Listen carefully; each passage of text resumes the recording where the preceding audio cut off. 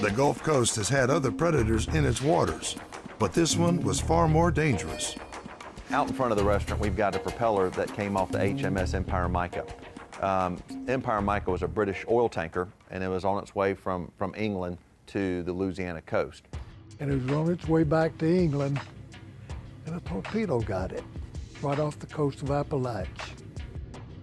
A lot of people don't realize the German U-boat activity in the Gulf of Mexico, because the shipping channel coming out of the Mississippi River was all the manufacturing was taking place in the Midwest.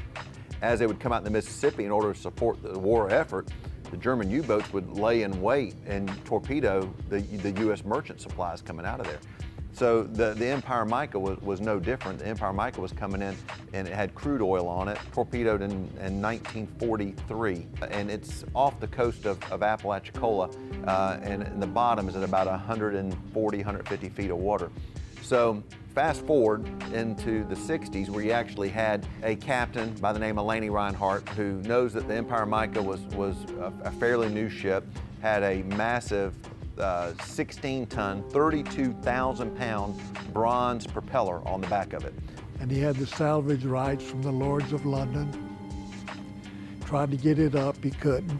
So he'd gone to Tampa, I believe it was Tampa, to get a barge and a hoist. And while he was in Tampa, one of his buddies parked next to him, went and got the propeller himself. Reinhardt comes back from Tampa, he goes down, and guess what? The propeller was gone. You can imagine how he felt then. Well, anyway, the propeller was located in a local shipyard. It went to court. The judge gave it to Reinhardt. And then you can imagine his heartbreak when he gets the propeller. It's totally out of pitch and out of current technological standards. Essentially what he's got is a big piece of scrap metal. Didn't know what to do with it. He was trying to sell it for a propeller. It was out of date.